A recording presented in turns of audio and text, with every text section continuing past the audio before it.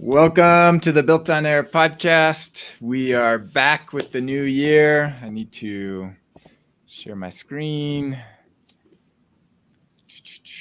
Welcome back to season 13. We are starting our new season with the new year, episode 1. Welcome back. Good to have everybody with us again. Hopefully you had a great break over the holidays. Rejuvenated for the new year. Good to see you, Ali and Camille. Hello. Hello. Anybody do anything fun and exciting since we last met? I never do anything fun or exciting. I got stuck in the snow of Wyoming. My in-laws live in Wyoming, and we went there over the break and had to stay overnight in a small town in Wyoming because the roads all got closed with the weather. And so that was fun. Oh my goodness. But we made it the next day. Then they opened up the next day and roads weren't too bad. So we survived. But so we are starting off our new season. One change we're making for this year and going forward, we're going to shorten our seasons a little bit. So we're going to do seasons of 8 episodes, roughly over a 2-month, and then take a month off. But what that means is we're going to do more seasons in the year. So we'll get one a quarter. So we'll kind of go on a quarterly basis. So 8 episodes per season, but an extra episode every year. And that will give us a little bit more time to prep and get ready for each season, take a little bit more of a break. But so that will be coming this year. But we have fun, exciting things that we hope to accomplish this year.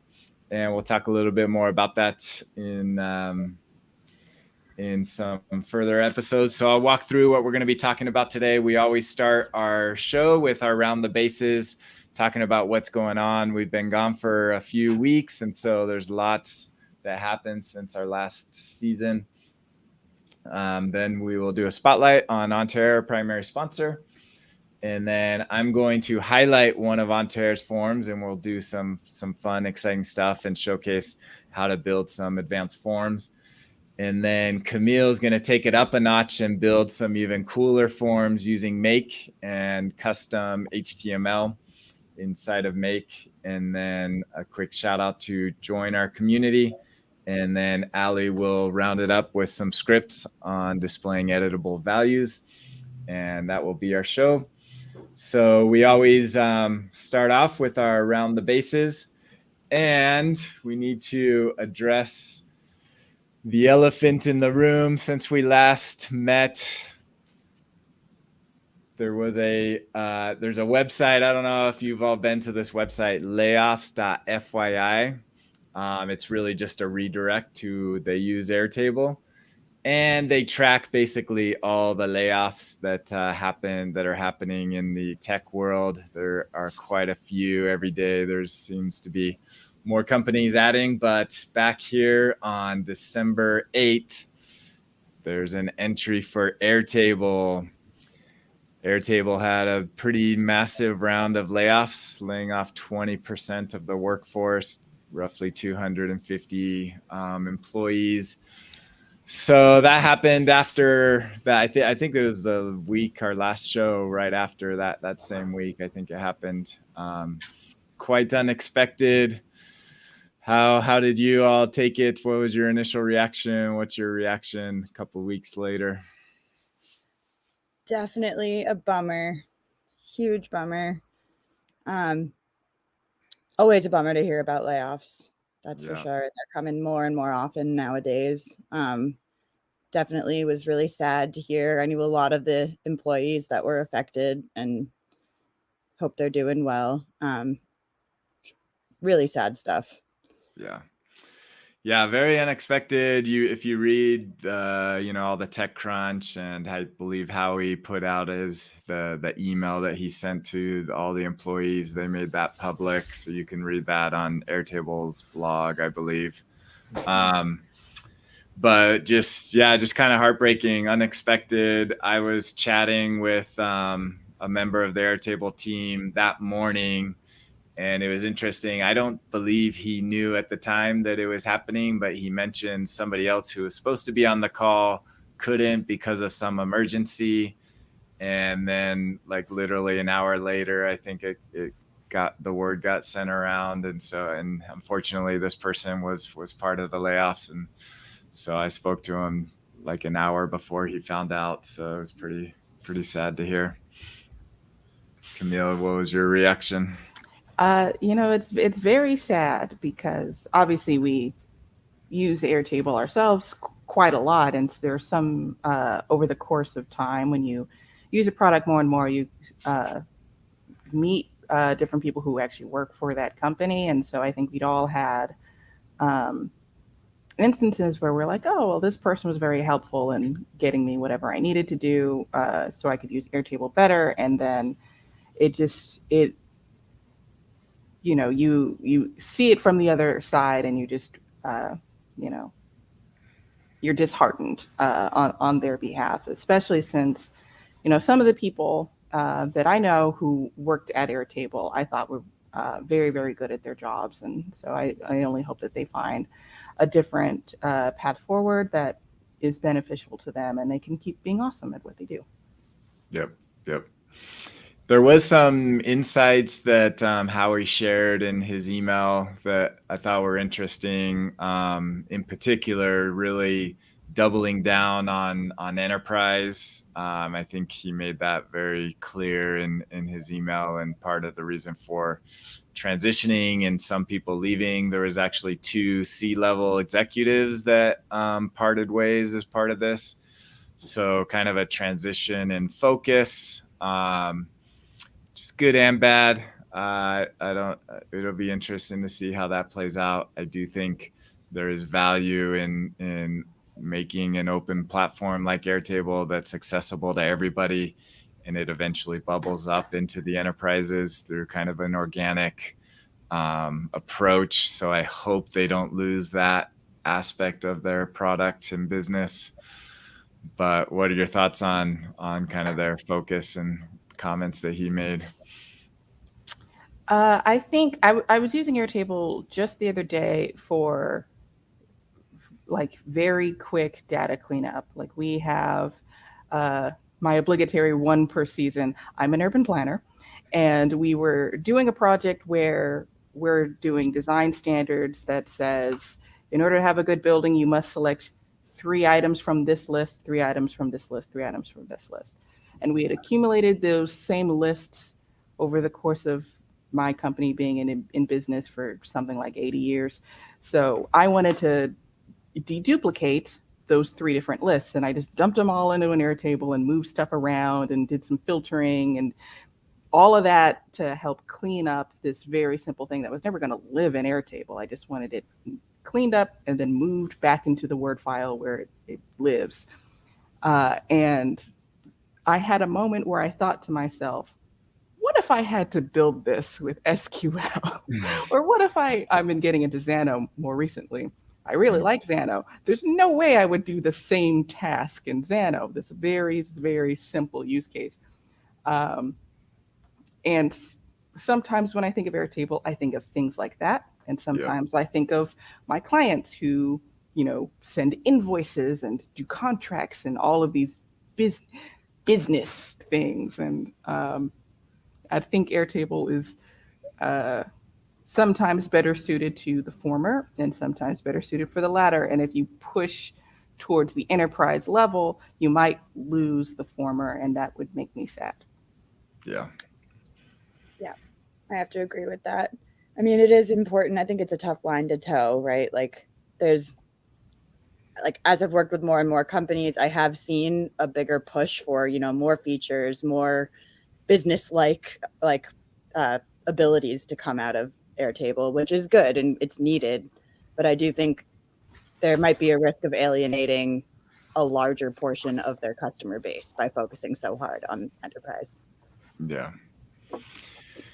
Yeah, we shall see how that plays out in traction. But that was kind of the reasoning behind some, staff members of just kind of refocusing and keeping attention on certain areas and scaling back on others. But quite a few people addressed, and we shall see how that plays out. Hopefully, like you said, that they all find good employment. From the looks of it, if you look at this list, it is going to be a tough market. I just noticed this one today. It looks like Coinbase, another one, big one. Wow, there's some at the bottom is just depressing.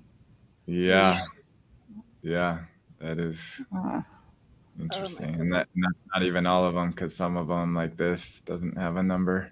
right. So you don't know how many that is. So yeah, we're in for some interesting times in the market, especially in the tech market. Shall see. But there was some positives coming out of Airtable. I believe we've already addressed the new community. I think that came out before we ended. So we've already discussed the new community and good and bad of that. That's an ongoing topic. I'm sure we'll hear more about. Maybe other things in the work, we'll see. But they did announce 2 product releases, I believe both in beta.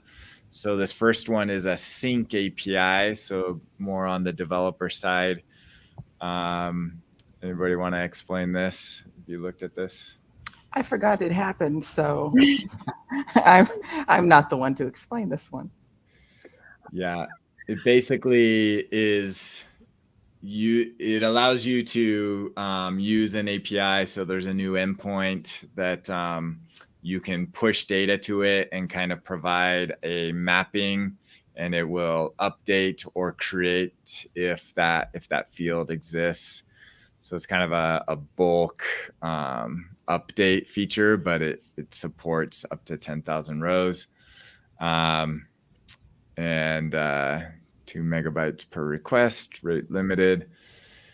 And give a shout out to Scott Rose, friend of the show. There might be other things in the works. Scott might have something up his sleeves. We shall find out.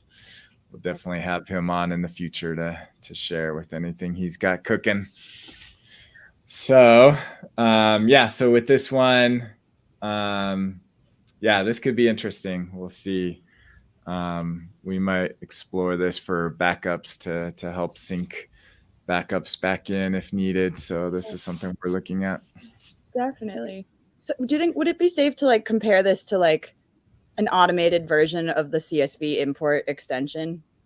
Right. So exactly. It's like that. Yeah, I could see how that's hugely beneficial. Right. So is it like, and I haven't played around with it, but I'm assuming that if it's saying, so 10,000 rows, if you have a CSV that's 10,000 rows and you sync it up to this API, that you don't have to do the like 50 by 50 like update in batches, right? It's just going to suck up the whole thing. Yeah, that's hugely beneficial. I could see a lot of use cases for that. Yeah. And Scott asks if it's similar to sending CSV files as emails. That is my guess and my understanding. So the bad part about this, which is what Scott's probably alluding to, is you actually have to set up a new table and make the source be essentially the sync API is your source endpoint, similar to if you were syncing from any of their other endpoints that they support. Right, which makes it a little funky, right? So I guess it's kind of different than the CSV import extension updates an existing table, where as this is like you lose your ability to update the data manually, right? Right. So Yeah, and that's what he's asking. Yeah, Scott asked that, which is interesting because then it's not really a sync. It's definitely not a 2-way sync. I think it's a 1-way sync from your source into Airtable dynamically. Yeah, which can not be ideal in dealing with that. So you really have to think of it as like, okay, yeah, this is really just pulling in data from an external source dynamically. Mm-hmm. Yeah. All right, so that's one feature release. There was another one in the forms. So we have a theme of forms today. So Airtable updated their form. So now you can opt in to this functionality to collect respondent email addresses automatically, which requires a sign in. So on the form, there's a new toggle right here. It says collect respondent email address automatically. But what that means is if you toggle this, that means everybody has to have or create a new account with Airtable, free account. So it's a good way for Airtable to collect more emails from people. I think it's a growth hack thing, but I think there's use cases for it because now you don't even have to ask for emails. I think it'll automatically. Let's see, is this with a collaborator field or does it? I believe it is. It'll input into the created by field as opposed to being anonymous as it used to be. Yeah. So it basically creates read-only collaborators. Yeah, I could see pros and cons. If you have a use case where, especially if you're using interfaces, everyone who looks at your interface has to have an Airtable account anyway. So it's not like, oh, I need to make my, clients or customers or whatever have to get an extra account. They already had one. But if you aren't in that space, then it might not. You wouldn't be able to do wide audience forms, I guess. Right.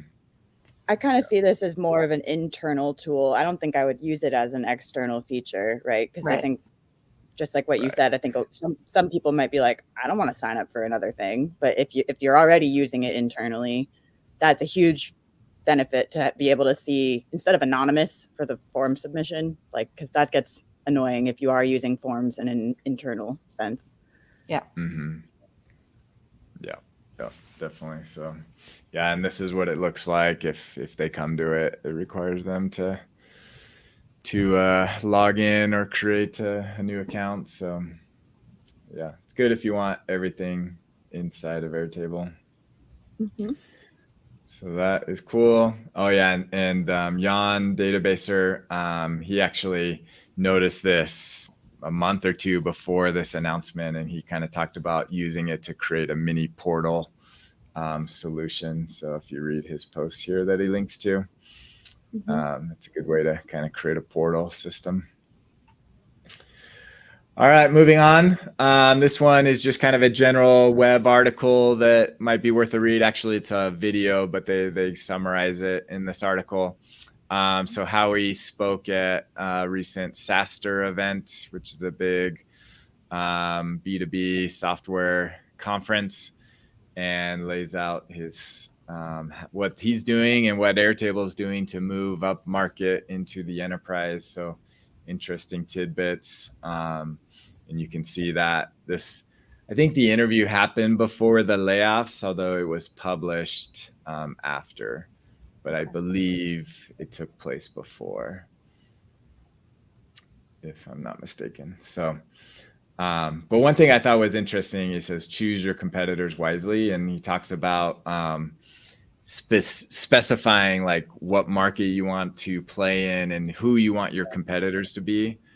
And so he doesn't specifically, give names of who they think their competitors are, but just kind of reading between the lines. So he talks about initially being kind of compared with Asana and Trello and kind of more like just task management systems. But now where they're moving, they talked about their new connected apps platform and trying to really move out of just task management and more into the world of like the Salesforces of the world and Microsofts of the world. So by their defining of themselves, they're trying to reposition themselves, it appears. Yep. All right, moving on. Something from the Built on Air community. This is Mike from AeroPage, and you should check out AeroPage.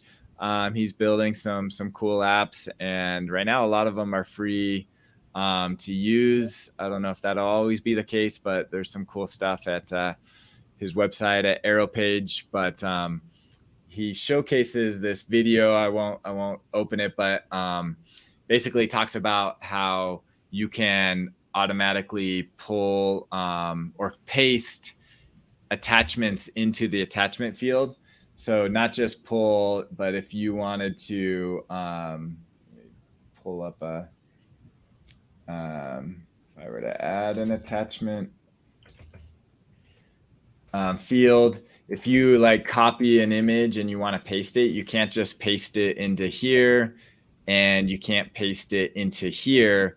But if you just click right up in this header area and then paste, it will actually paste your image as an attachment or your file as an attachment. So it's a kind of a cool hack. That is so funny to me. Why? Who figured this out? And what was the sequence of events that led us here? Yeah. So shout out to Mike for finding that secret upload. Let me see if I tried it. It does work, and he shows in the video it works. You just click up in the upper section and then paste, and then you're good to go. So that's if you like copy an image, like if you like right click on an image somewhere and say copy image, or link. Does it work with the link to image too? I don't think so. I think it has to be in your clipboard. Okay. Can you do an image source directly into the attachment field, because the API only takes URLs to images? If you do the link. Yeah, with the link there, yeah. And I've noticed you can't copy and paste an image URL into an attachment field, but if you use an automation to copy the URL and paste it into the attachment field, that does render the image, which I think is kind of interesting. Yeah. So Garrett likes that info. Amazing piece of information. I agree. Yeah, that is cool. So that's helpful if you do a lot of copy and pasting of attachments. So that is from there, and then a couple quick ones from the Airtable community in Facebook. This one I thought was cool. Former Airtable engineer Steven Zhang and longtime user kind of built this little hack of a website. I guess he really wanted to see if you have a shared view link, it doesn't have previews of the images or the preview, I guess, of that link doesn't have the images when you like post it to Twitter or something like that. And so I guess he found a way to override the rendered preview. And so all you have to do is just replace airtable.com with airtable.cool and then use the same share link. And then it will add a preview image like this. I love that. That's so cool. Mm-hmm. Yeah, nice little hack. It looks like it's free. Last time I went to this, when I saw this the other day, it's working. Let's see if it works today.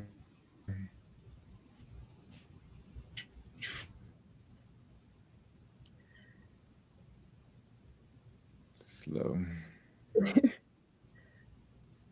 That is, I do really like that, because I too have grown. So this works.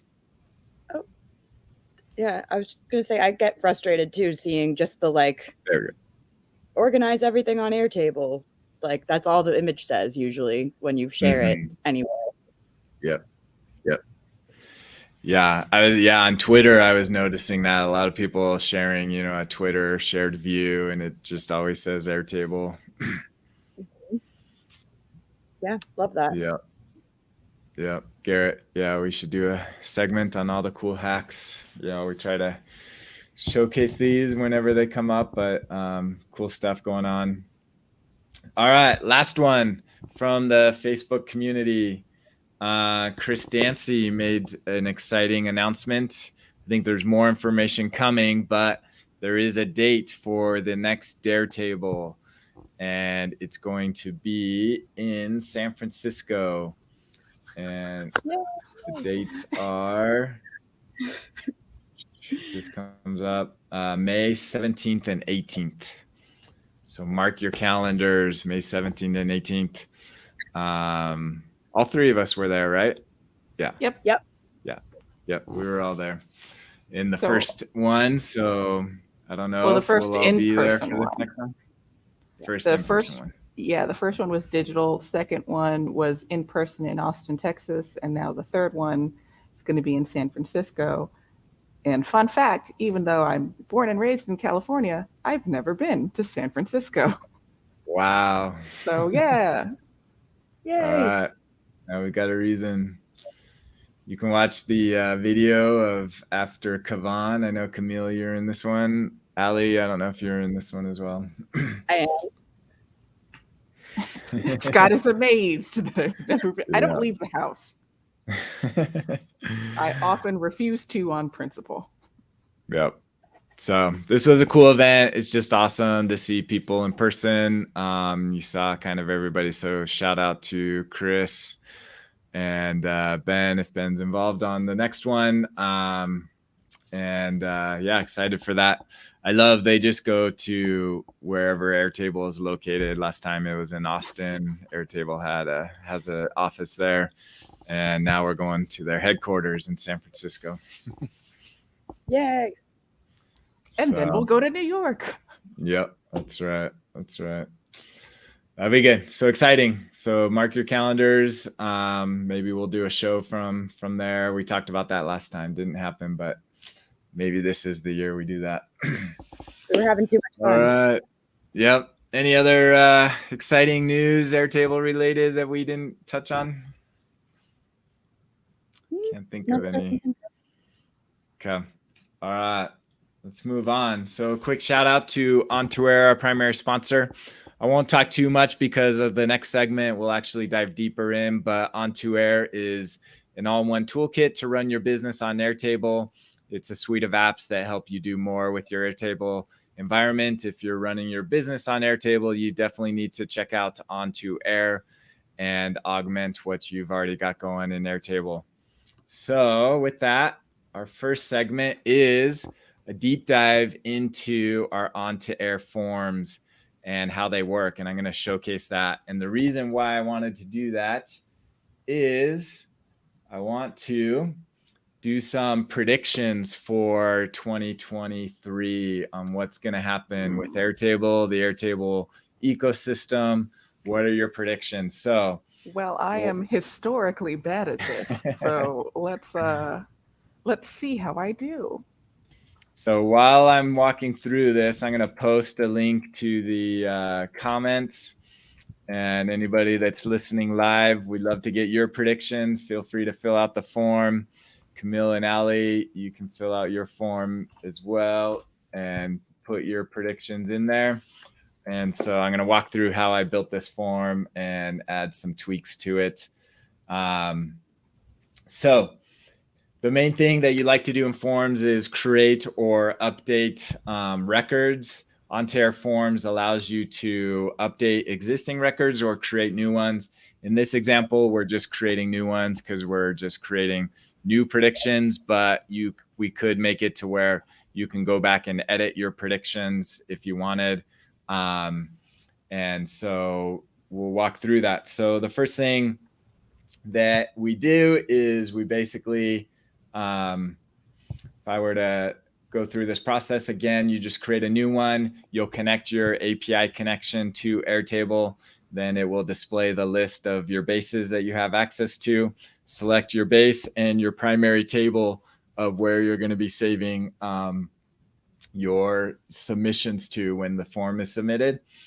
And then you'll come into here and you'll come into our designer to design your form. And the first thing that you'll do is you'll add fields to your form. So you'll decide which fields from that table that you specified in the initial phase, what fields you want to add to your form. You don't have to add all the fields. And then once you add those fields, then you click done. We also have custom fields like static text, dividers, formulas, and our linked field display item. And so you can add some custom fields as you want. Those are maybe more of an advanced, but once you have your fields, then you can click on any of them and configure them. You can modify the title, the subtitle, the helper text. You can decide if you want it to be an optional field, which is the default. You can make it required, or you can disable it, or you can just display the value of that field and not make it editable, or you can hide the field so it's used just on submission, for example. There's other things you can do. I won't walk through everything, but you can also set default values. So for this one, I set the default value for the drop-down field of what year you're making your prediction for to be the current year, 2023. You could also use a URL parameter to pre-fill that if you wanted to. You could also, on drop-down fields, you could allow the user to, on the fly, create new submissions. So if I wanted the user to create a year submission that is not currently in my drop-down list, you could do that, and they could type in their own custom value for that drop-down field. You can do some more advanced stuff. So for a checkbox, you can modify what the labels are. You can specify yes or no. You can also even specify how it's displayed. There's different ways that you can display it, either as a checkbox, a switch, a button, or a select drop-down. So with checkbox fields, there's different ways to display them. And then the powerful aspect of it is when you're dealing with linked records. So I think I skipped a step. I'm going to showcase how the structure of the base is in Airtable. So you always start with building your base in Airtable. So I'm going to have my submission field. That's my main field of where I'm saving everything into. And then a submission can have multiple predictions. So you can enter multiple predictions all in one submission. So my predictions here has your table here of all the predictions that you're making, and then it links to them. So it's a one-to-many relationship. So a submission, it can link to multiple predictions. So how that looks in Onto Air is you specify, I added this linked record field, and then you can specify what fields you want to display. So you could display multiple fields if you wanted in the table listing. I just needed the prediction for this one. And there's more that you can specify in here if you want it to only show on the listing or on the lookup if you're looking up existing ones. And then on your subform, you specify if you want to allow users to create new records, update existing records, look up existing. So in this case, I don't want them to look up existing predictions. I only want people to create new ones. So I turned off the ability to update existing predictions or look up existing predictions.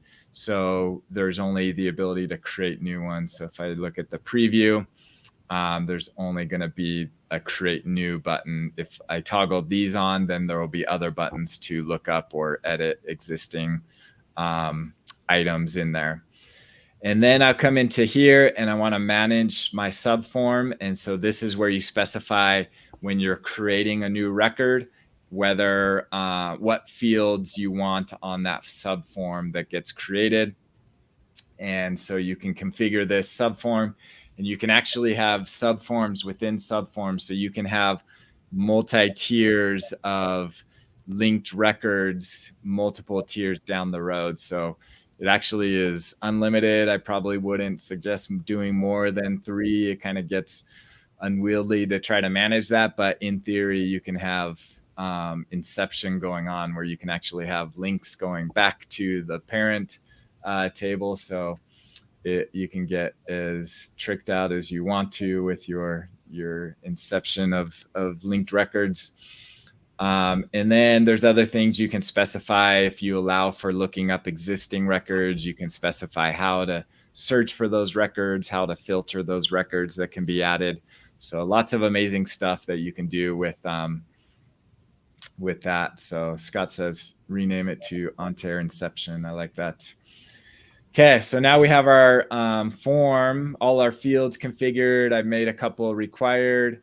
And then I'm going to my page submission. And one thing I realized I forgot was just putting something at the top of my form. So I'm going to update my editor.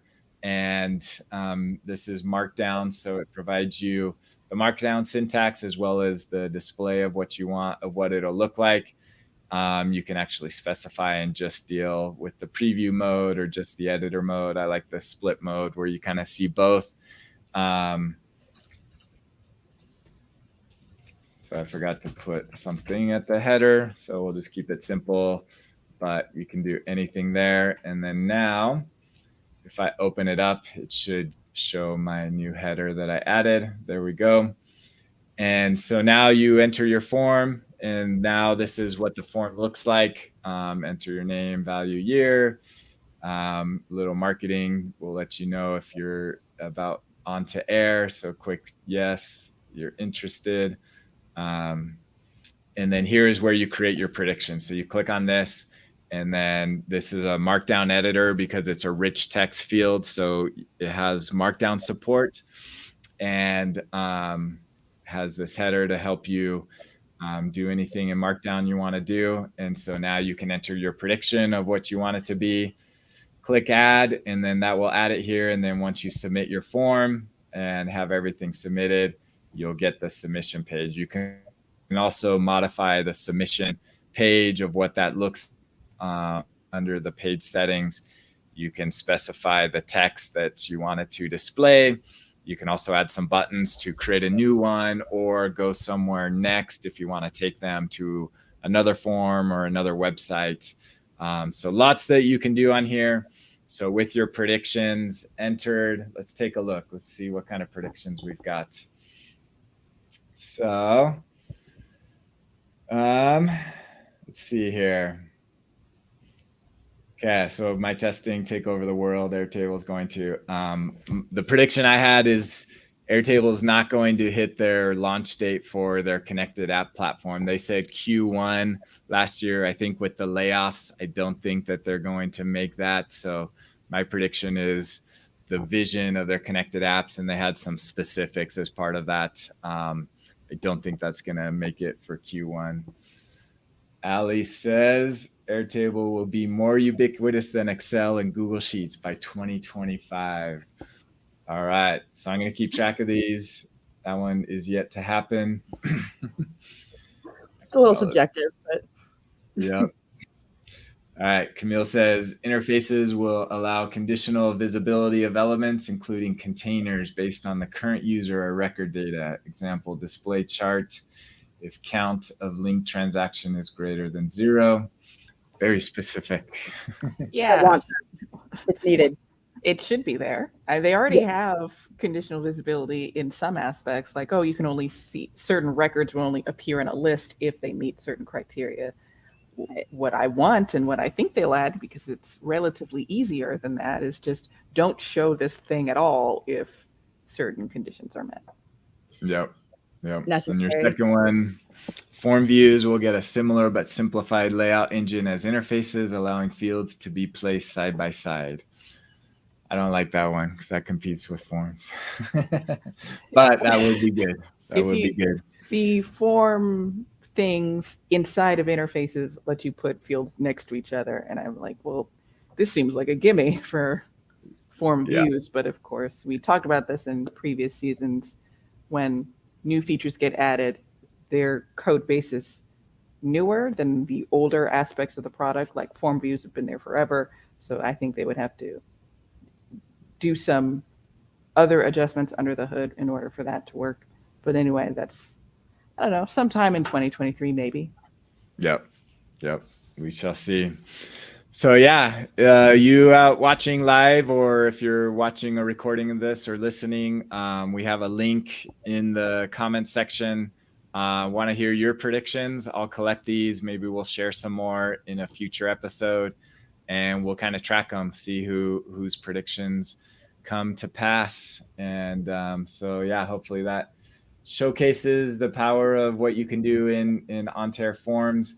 We are still in private beta, wrapping up a couple finishing touches.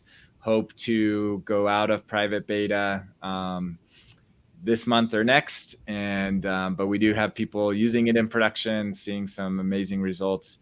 And we have a new case study out on how Jen Rudd from Grow with Jen uses this new Forms to do that. So Melanie, I see yours. You got to enter it into the form for it to count. Melanie says a mass exodus to Smart Suite. So we'll see. Hopefully not. I'm still on the Airtable bandwagon. All right, let's move on. Camille is going to show us a different variation, different take on forms. Go for it, Camille. All right, everyone can see my screen? Yep. All right, let me zoom in just in case. So I recently had a client who had very specific use case that they wanted to solve. They had effectively a project that their own clients would be assigned to. I'm going to do this project for Jim, and it has something like 10 tasks. And some of those tasks needed to be approved by their client before they could begin the project.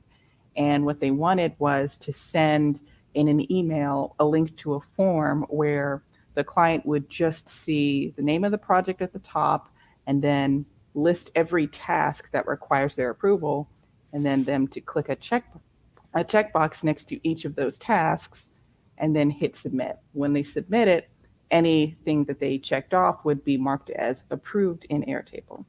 Now, there's a bunch of ways that this could be done with a lot of different form solutions, or even using something like Document or esignature.io, where you can pre-populate a template with a series of checkboxes in them, but having a dynamic number of checkboxes was difficult in a lot of my initial testing. So I decided to just make a form out of HTML, good old HTML. People remember that. That's a thing that builds most web pages. But I reproduced a simplified version of their use case here. You'll see I have a project and I have a bunch of tasks linked to that project. If I go to the tasks table, you'll see I have a checkbox for whether or not it's approved, the date it was approved, status, assignee, some other things, an attachment field, etc. So what they wanted was to send a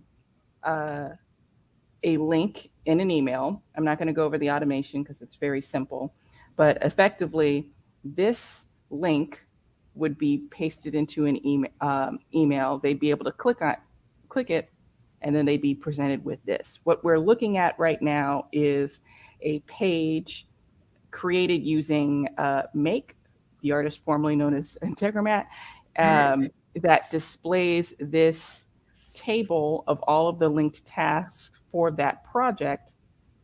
And then you'd be able to go through and say, I approve numbers 2 and 3, but not 4 through 8. For the purposes of this demo, I have elected to show any task that has already been approved as a checkbox that has been disabled. So you can't change it after the fact. Obviously, this can be edited, but I want to approve 2 and 3 in this go. And if I go back to tasks, you'll see currently they're not approved. But if I go back to my form and click submit, your tasks have now been approved. And now in Airtable, those have been updated. So just to walk through the 2 make scenarios that allow this to happen, I'm going to explain each one of these, hopefully in enough detail. So the first thing is a webhook. The button here, open URL, that is that webhook. All it's doing is saying, what is the record ID of whichever project I just clicked on? and it's passing that to the webhook. Then I have a module that searches through the projects table in my Airtable base and finds the project based on that record ID. From there, I have some variables set up. I have done this before, so I already know what I want the page to look like. Essentially, if I go back and then if I refresh it, it should have those two. Yeah, these are now all disabled, but I'm looking at this to sort of show you guys how this page is set up. It's very simple, but what I wanted the name of the page to come in as something other than just something blank or just saying webhook. So I have it pre-filled with approved task 4, and then as a variable, the name of the project that was clicked on, and then a bunch of styling stuff. I like styling. I have said before in the past that I hate Bootstrap. I still hate Bootstrap, but there was no way I was going to design, these 2 pages in any sort of detail. So I just used Bootstrap. So here I am eating crow. But simple sort of breakdown of the page. And my internet is freezing. Uh-oh. Okay, here we are.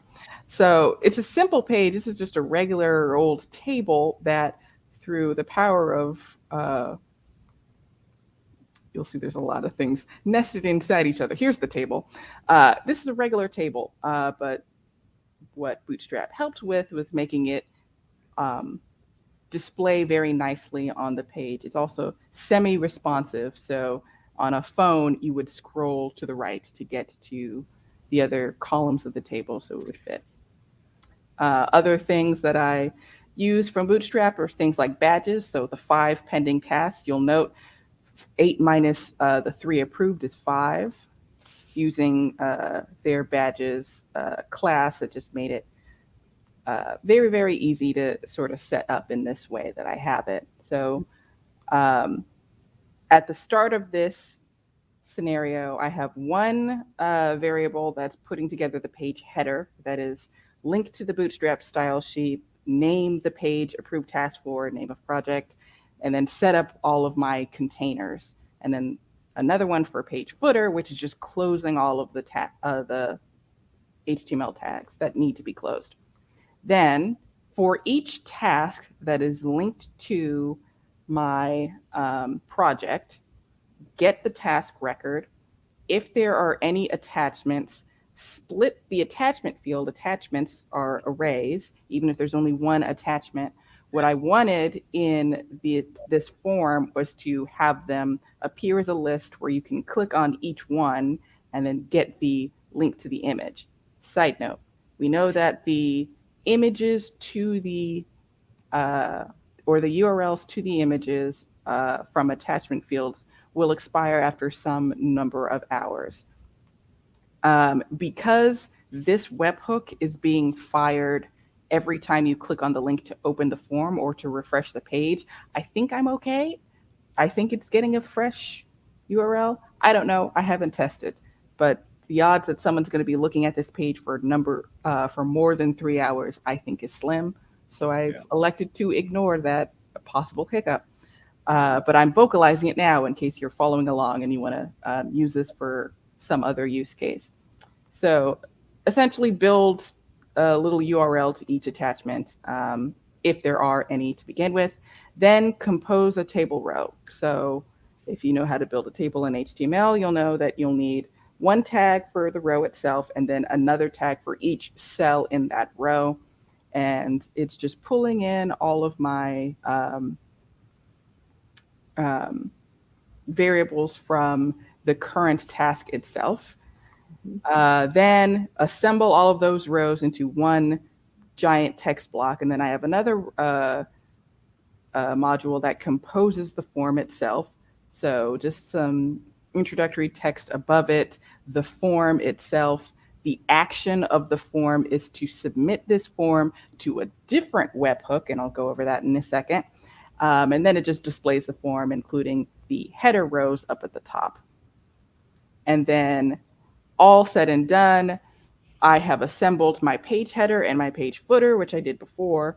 And then this text that goes at the top of the page to say, here's how many tasks you have for approval for whatever the name of the project is. And then I did it this way because if there are no tasks for you to approve, I don't want to show them the form, which is why it's in an conditional if statement. And then I just say, this is an HTML dump that I'm giving you. It's a status 200 if everything went fine. And that's how we arrive here. Now, if I want to, once again, approve something else, I'm presented with this page. This is accomplished with that second webhook. If I go back, approval form 2. So with this webhook, what it's doing is it's receiving all of the form data that has been submitted. I only really have 2 fields. The first field is the list of record IDs that had a checkbox. So that was accomplished in each table row. At the start of the table row was a checkbox, and all of them were part of the group called record IDs. So at the end of the day, I'll have an array of record IDs that were checked off, and then technically submit is a input. I don't need that at all because once I'm here, it's been submitted. I don't need to do anything with that. I just need the record IDs. So for each task that was approved, get the Airtable record, and then I want to put in a timestamp of whatever time it is now as the date approved. I want to move the status to in progress, and then I want to mark approved as yes. So every time for each item I checked off, it will update each of those records individually. It's going to do some stuff that's technically not necessary, I don't think, but it's in a similar manner this time at the end, because it's a very short scenario. I'm assembling the start of my page and the end of my page as my header and footer, and then it's displaying that all together here. And that's how we end up with this page. And I believe that's it. Yeah, it's amazing how Make can basically be the backend server to something like that. Yeah, I would only recommend this be done for very, very simple things that, like, from a UI or user experience perspective, would be better suited in this case. So my client was very specific about, I want my customers to click a checkbox next to each thing, and that be what marks it as approved.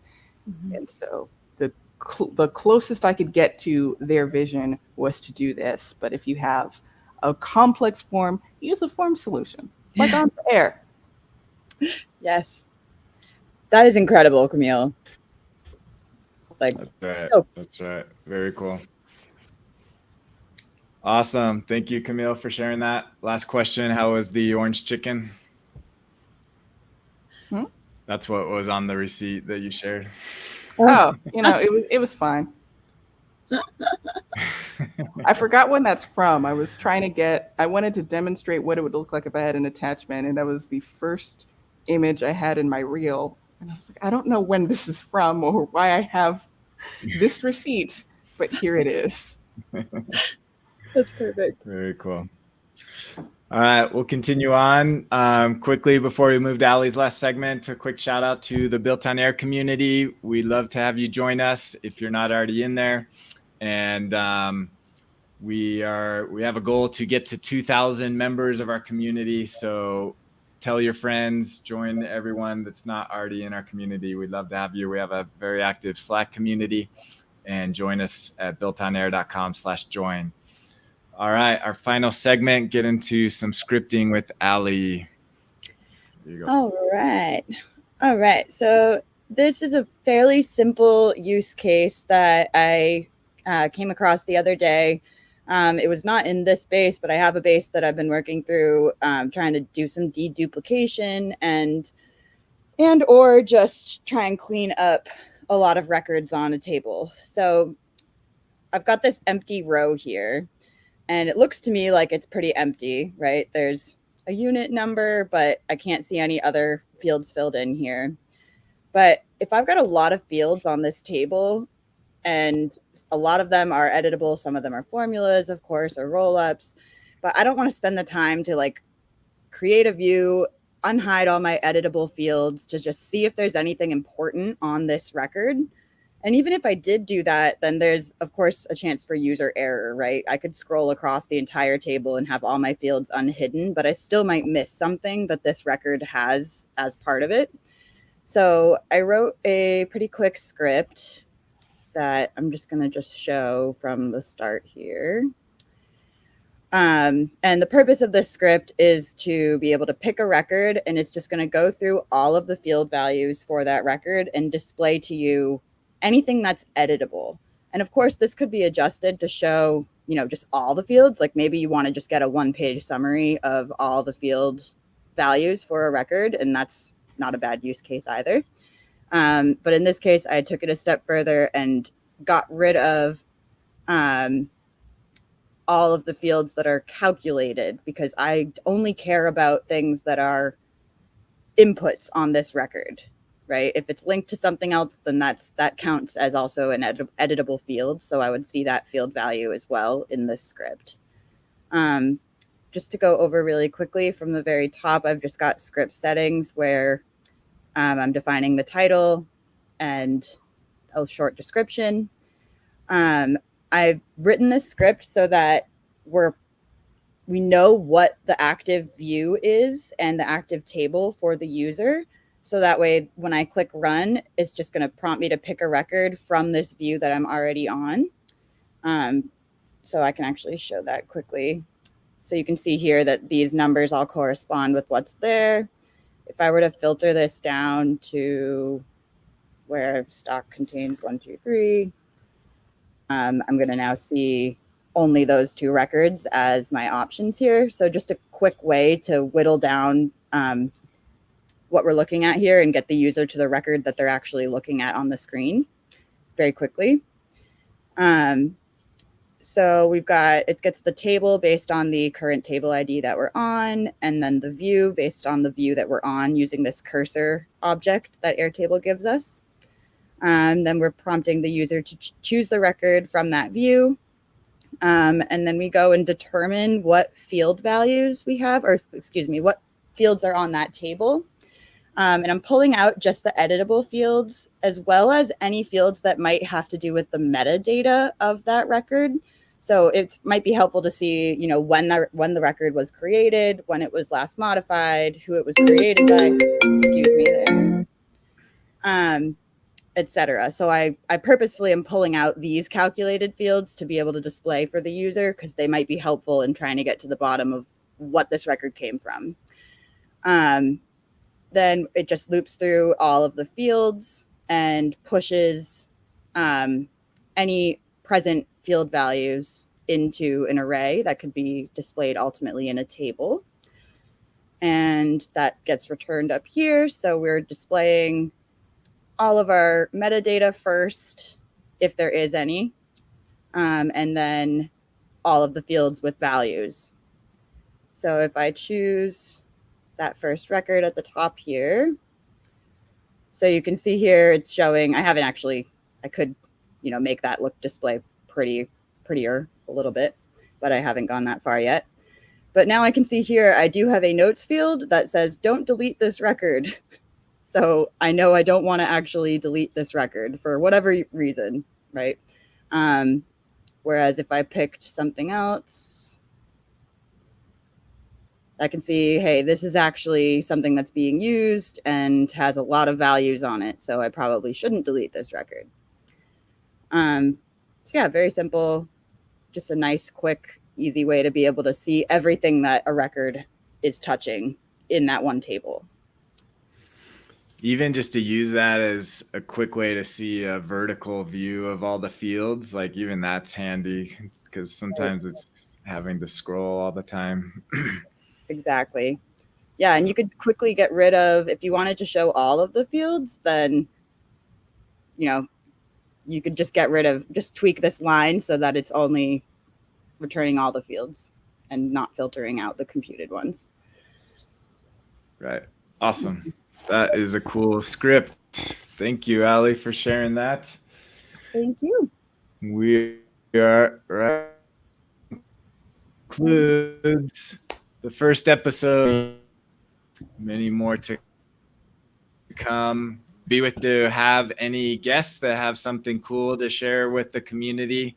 We'd love to have you on. We always enjoy having guests come on the show. So reach out and we'll get you on an episode. Or if there's anything you want to see us cover, let us know. And we'd love to go through that with you. So hope everybody has a great week and we will see you next week. Bye-bye.